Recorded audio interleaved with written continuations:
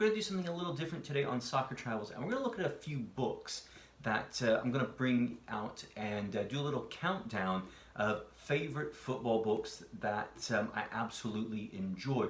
Now, we're going to take a look at 3 books that I have to say are my favorite when it comes to the football genre, and then a couple of other books that I would say are either honorable mentions or one, in fact, I'm reading right now that is a very good book and has a bit of a coincides with the return of La Liga as we come to you today here on June 11th, 2020. So getting on to that first book, which has a lot to do with today's La Liga return from the COVID-19 pandemic, break that is, and that is The Frying Pan of Spain, which is a very interesting book from Colin Millar, published by Pitch Publishing. And this is a book that details Sevilla and Real Betis and their histories and their rivalry together in southern Spain. And like I said, a very good book. Of course, not one of my favorites, but just one that I happen to be reading right now. And it gives you a lot of great detail about not only both football clubs and the inner workings of them and their histories, but as well as the political issues and the different things that have gone on there in Andalusia over the years, and what has really made these two clubs and their fan bases. So a very good book that I'm reading right now, and definitely another great release from Pitch Publishing, who's released a number of excellent books over the years, and several that I have in my collection by really good journalists and writers over there. So a very good book, definitely one worth checking out if you're looking for something to read during lockdown. So take a look at another book that I have in my collection, another book that I find to be just a fascinating read, and that is the William Garbutt biography, The Father of Italian Football. Now, if you don't know who William Garbutt is, which it's fine if you don't, he was an Englishman who made his way to Italy in the late 1800s and was one of the fathers of Genoa Football Club, Genoa Cricket and Football Club, a team that I absolutely delved into I guess about 10 years ago while I was writing for the ForzaItalianFootball.com website.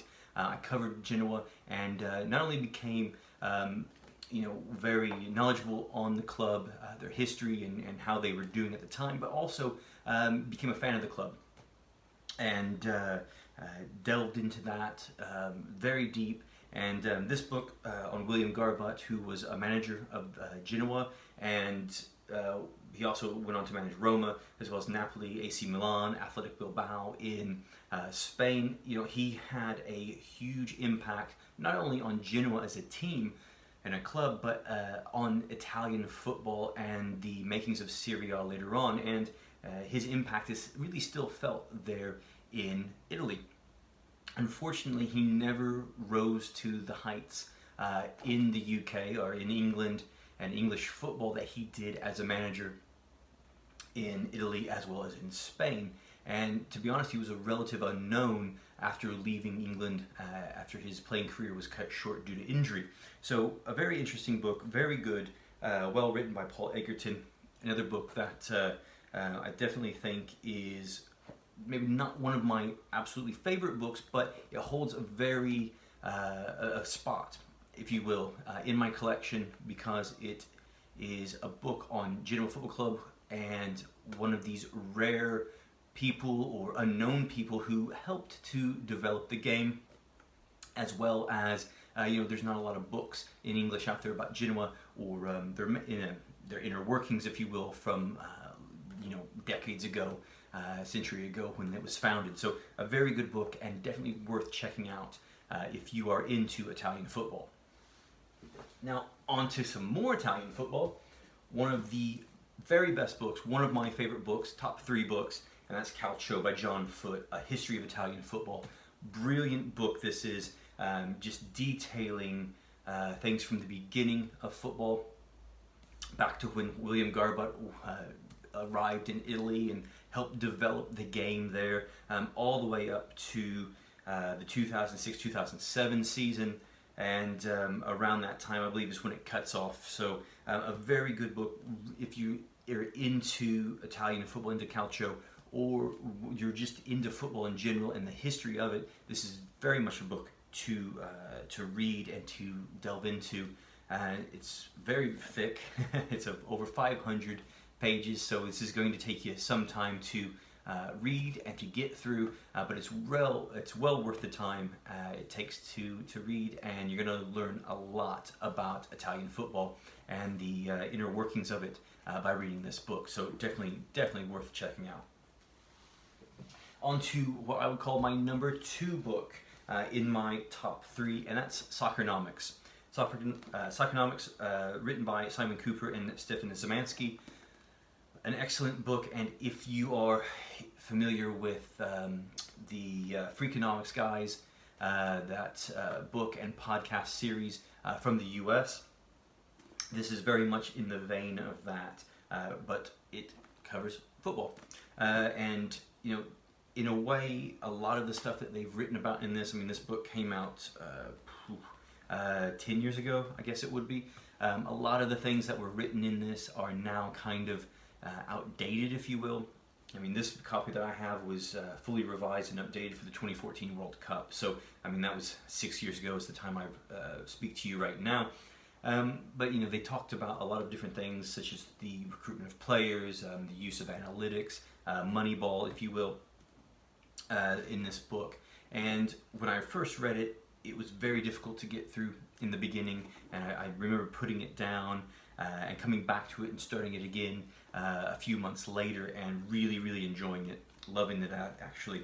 But like I said, some of the things are a little bit outdated now with some of the concepts, because now, I mean, football has advanced as it has. Analytics are far more a part of the game, and so, you know, if you read this nowadays, you might think, oh, well, that's not that big of a deal. But, you know, back 10 years ago, 6 years ago, this was a lot of great information that a lot of fans and supporters didn't really have or know. So definitely something really worth getting and to going through with a fine-tooth comb. So definitely a good book. And finally, my final book here for my top 3 countdown, or my favorite football books. And this is a book that I think every football fan should have in their collection, and that is The Miracle of Castel di Sangro by Joe McGinnis. This book came out in the early 2000s, and one of the great things about it is not dated at all. Just a little bit of a background on it. Joe McGinnis, he rose to fame in the, I guess it was the 70s, 1960s, 1970s, writing political books. He wrote a political novel, I believe it was called Selling the Presidency, and it was a massive hit, New York Times bestseller. He went on to be a well-regarded journalist as well as author, and in the 1990s, he discovered football.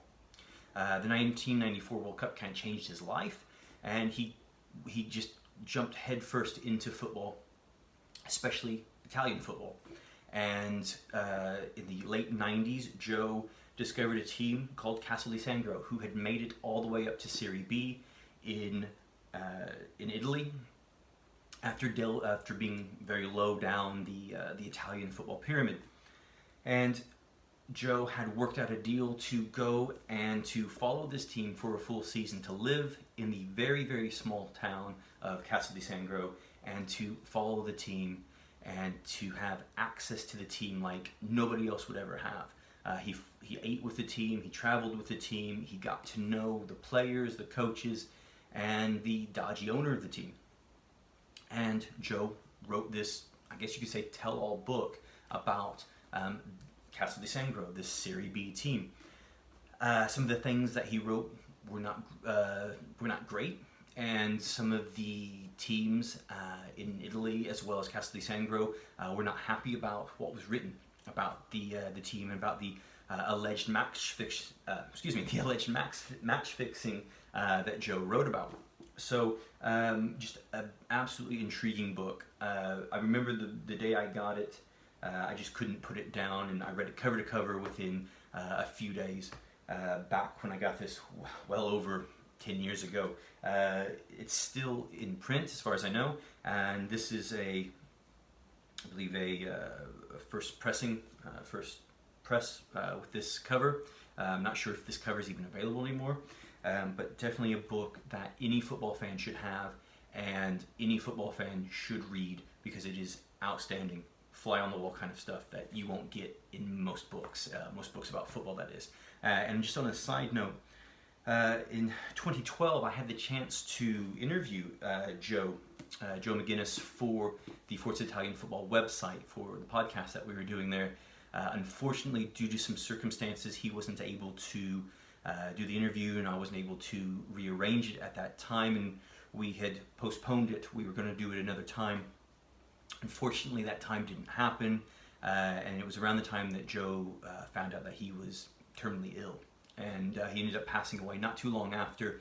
And unfortunately, I never got that chance to talk to him about this book, and absolutely regret that, because this is an absolutely amazing book, and he was a fantastic writer, and definitely something that all football fans should have in their collection. So that's my 5 football books that I'm talking about today. 3 books that are definite must-haves, 3 absolute favorites of mine, and 2 honorable mentions, I guess, if you will. So you can check those out. You can find those at all good book retailers. And in the comments, why don't you let me know what your favorite football books are, and maybe we can trade a few ideas about what to read next. So also, if you can give a like and subscribe to the channel, then you can get updates all the time on Soccer Travels and see what's going on here. And you can also follow us on YouTube, as well as Instagram and Facebook and all the other social media channels. Just check the show notes. So guys, have a great day. I hope you're keeping safe during this pandemic that's going on, and we'll see you soon here on Soccer Travels.